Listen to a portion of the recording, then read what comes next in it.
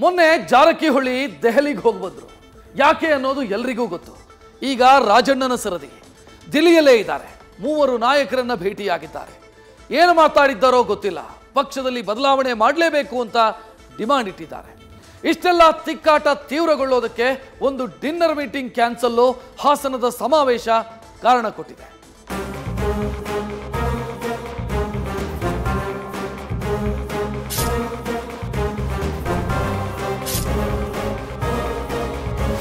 One man one post ಅಂತ ನಾವೆಲ್ಲ ಹೇಳ್ಕೊಂಡು ನಾವು ಎರಡು ತಗೋತೀವಿ ಅಂದ್ರೆ ಏನಾಗ್ತದೆ? ಹೇಳೋದಕ್ಕೂ ಮಾಡೋದಕ್ಕೂ ವ್ಯತ್ಯಾಸ ಆಗುತ್ತೆ.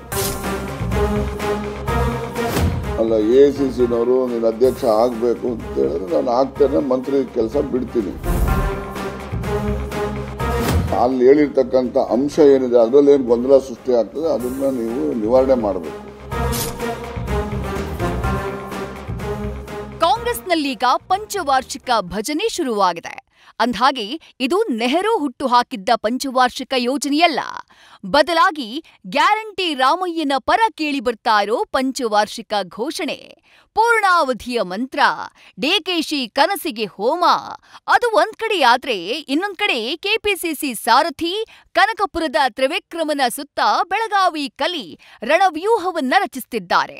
ಆ ರಣವ್ಯೂಹವೇ ಹಸ್ತದಲ್ಲಿ ಮುಸುಕಿನ ಮಹಾಯುದ್ಧಕ್ಕೆ ಬಹಿರಂಗವಾಗಿ ಮುನ್ನುಡಿ ಬರೆದಿದೆ.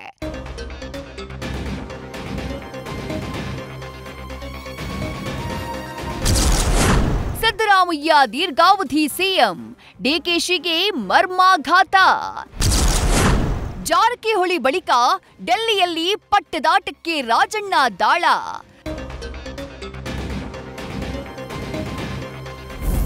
ಕನಕಪುರ ಬಂಡೆ ವಿರುದ್ಧ ಪಕ್ಷದೊಳಗಿಂದ ಬಹಿರಂಗ ಸಮರಕ್ಕೆ ಹಿರಿಯ ಸಚಿವರು ಶಂಖನಾದ ಮೊಳಗಿಸುತ್ತಿದ್ದಾರೆ.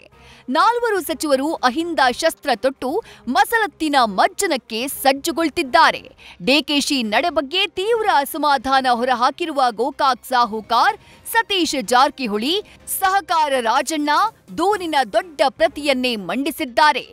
ಎಐಸಿಸಿ ಪ್ರಧಾನ ಕಾರ್ಯದರ್ಶಿ ಕೆಸಿ ವೇಣುಗೋಪಾಲ್ ಮುಂದೆ ಡಿಕೆಶಿ ವಿರುದ್ಧ ಕೋಪಾತಾಪ ಪ್ರದರ್ಶನವಾಗಿದೆ. ಗೌರವಾನ್ವಿತ ಸನ್ಮಾನ್ಯ ಮಲ್ಲಿಕಾರ್ಜುನ ಖರ್ಗೆ ಅವರನ್ನು ಕೂಡ ಭೇಟಿ ಮಾಡಿ ನಮ್ಮ ರಾಜ್ಯದಲ್ಲಿ ನಡೀತಕ್ಕಂಥ ಸರ್ಕಾರ, ನಡೀತಕ್ಕಂಥ ಪಕ್ಷದ ಘಟನಾವಳಿಗಳನ್ನು ನಾನು ಅವರ ಗಮನಕ್ಕೆ ತಂದಿದ್ದೆ.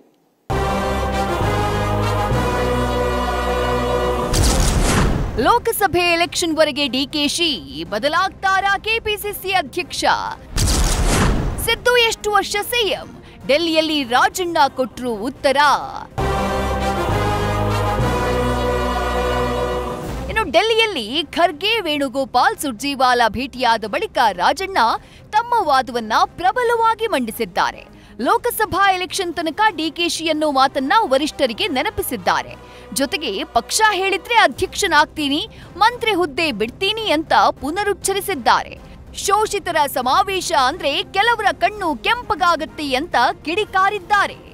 ನಾನು ಕೂಡ ಅವರಿಗೆ ಬದಲಾವಣೆ ಮಾಡಿದ್ದ ನಮ್ದೇನು ಒತ್ತಾಯ ಇಲ್ಲ. ಆದ್ರೆ ಅಲ್ಲಿ ಹೇಳಿರ್ತಕ್ಕಂಥ ಅಂಶ ಏನಿದೆ ಅದರಲ್ಲಿ ಏನು ಗೊಂದಲ ಸೃಷ್ಟಿ ಆಗ್ತದೆ ಅದನ್ನ ನೀವು ನಿವಾರಣೆ ಮಾಡಬೇಕು. ಇಲ್ಲ ಇನ್ನೂ 1 ವರ್ಷ ಇರ್ತಾರೆ, 2 ವರ್ಷ ಇರ್ತಾರೆ, ಅಥವಾ ಮುಂದಿನ ಎಲೆಕ್ಷನ್ ಇರ್ತಾರೆ, ಇರ್ಲಿ, ನಮ್ದೇನು ಅವ್ರು ಇರೋದಕ್ಕೆ ಅಡ್ಡಿ ಇಲ್ಲ.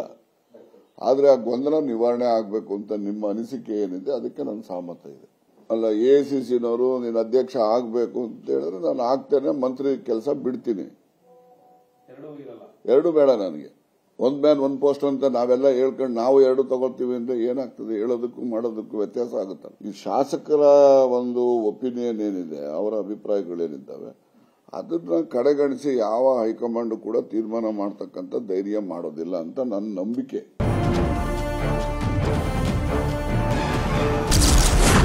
ಯಾವುದೇ ಸ್ಥಾನದ ಆಕಾಂಕ್ಷಿಯಲ್ಲ, ನಾನು ರೆಸ್ಟ್ನಲ್ಲಿದ್ದೇನೆ. ಪಕ್ಷನಿಷ್ಠ ದಾಳ ಉರುಳಿಸಿದ ಮಾಜಿ ಸಂಸದ ಡಿಕೆ ಸುರೇಶ್. ಇತ್ತ ಮಾಜಿ ಸಂಸದ ಡಿಕೆ ಸುರೇಶ್, ಯಾವುದೇ ಸ್ಥಾನದ ಆಕಾಂಕ್ಷಿ ನಾನಲ್ಲ, ಜನ ನನಗೆ ರೆಸ್ಟ್ ಕೊಟ್ಟಿದ್ದಾರೆ, ರೆಸ್ಟ್ನಲ್ಲಿದ್ದೇನೆ ಅಂತ ಪಕ್ಷ ನಿಷ್ಠೆಯ ಗುಪ್ತ ದಾಳುವನ್ನ ಉರುಳಿಸಿದ್ದಾರೆ. ಪಕ್ಷ ಪಿಸಿಸಿ ಅಧ್ಯಕ್ಷರನ್ನ ಬದಲಾವಣೆ ಮಾಡಬೇಕು ಅಂತ ಅದು ಪಕ್ಷದ ತೀರ್ಮಾನ, ಪಕ್ಷದ ವರಿಷ್ಠರ ಮಂಡಳಿಯ ತೀರ್ಮಾನ. ಅದಕ್ಕೆ ಪಿಸಿಸಿ ಅಧ್ಯಕ್ಷರು ಬದ್ಧರಾಗಿದ್ದಾರೆ, ಬೇರೆಯವರು ಕೂಡ ಭದ್ರಾಗಿರ್ತಾರೆ. ನಾನು ಯಾವುದೇ ಸ್ಥಾನ ನಿರೀಕ್ಷೆನೂ ಮಾಡ್ತಾ ಇಲ್ಲ, ಅದರ ಅಪೇಕ್ಷೆನೂ ನನಗಿಲ್ಲ.